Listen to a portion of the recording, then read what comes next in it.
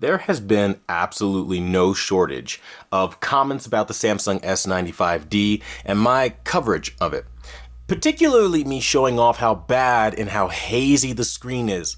Now, for those of you who don't know, I recently did a pixel test or pixel structure test showing off just how frosty and hazy the Samsung S95D is.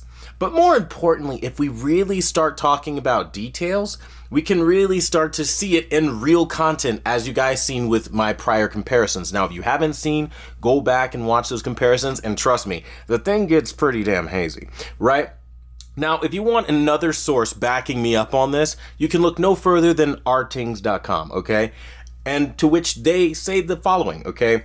They say that the S95D is almost completely free from glare and everything, but then they go on to say, but it negatively has an impact due to the matte finish, right? I'll read their verbatim words, okay? But the matte coating negatively impacts picture quality in a room with lights on, so blacks appear gray.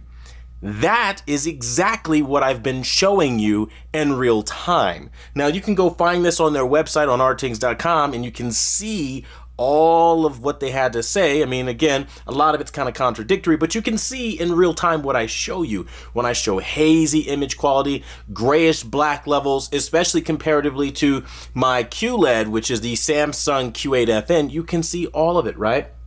Awesome, right? Okay.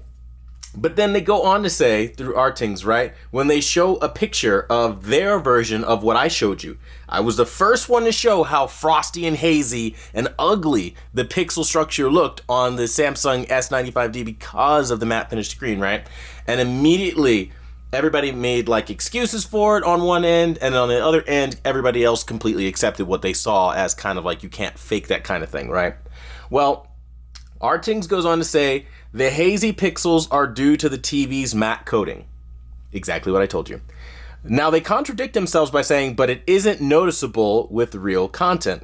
Now, I refer you back to what they said before. If it isn't noticeable in real content, then how then did Rtings arrive at this statement? But the matte coating negatively impacts picture quality in a room with lights on, so blacks appear gray. That hazy crap is affecting real content, and it is noticeable. Per their own words, literally in another paragraph in the same exact review. This is what I mean when I say a lot of the guys that are so-called reputable are very confusing. They say a lot of things that don't make a whole lot of sense, and I'm the one guy that gets a lot of crap for being just brutally honest with all of it, because I understand one important thing. We're working hard for our money, and we don't want to get screwed over, plain and simple. Now, don't get me wrong, post-calibration in a dark room, you can clearly see that there is just a ton of beautiful image quality when you are not comparing it to another TV, particularly one that was aimed at being just a monster of a television.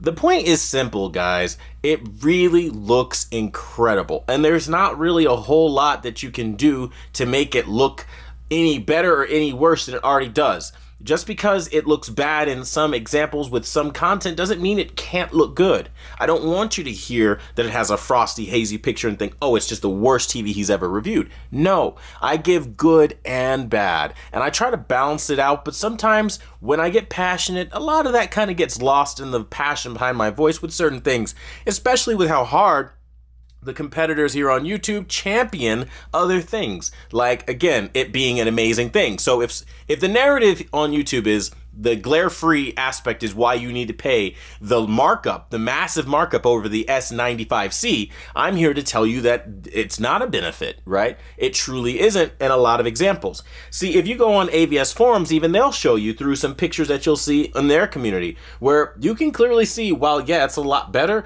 the screen does still hold a significant amount of glare off at an angle, like I was showing. You can see the window, you can see the light source. It's not scattering all the light perfectly. Yes, it's a lot better than it ever would have been if you had a glossy screen, but we're also talking about a matte finish screen. Matte finish screens are not new technology, no matter how Samsung tries to spin this, and they've been around for a very, very long time, okay?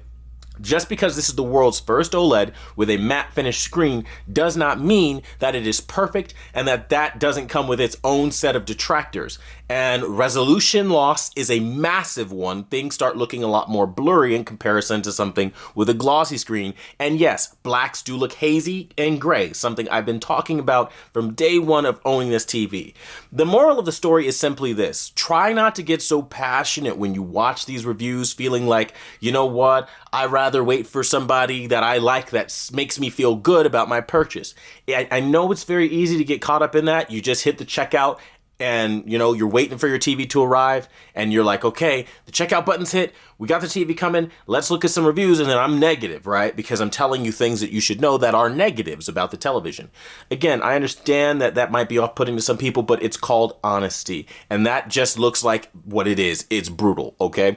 And at the end of the day, the S95D has its downsides. Now that I've showcased with abundance, okay, just how much the negatives are negative, I will show you the positives, because there are some positive, ladies and gentlemen. It wouldn't be a personal TV of mine if it didn't have any positives, right? And I personally own this. I looked at it even with the hazy screen and even with everything that I knew about it and still bought it for myself. Now you have to start asking the question, why would he do that if there was nothing redeemable about the picture? And that's what I'll be showing you guys.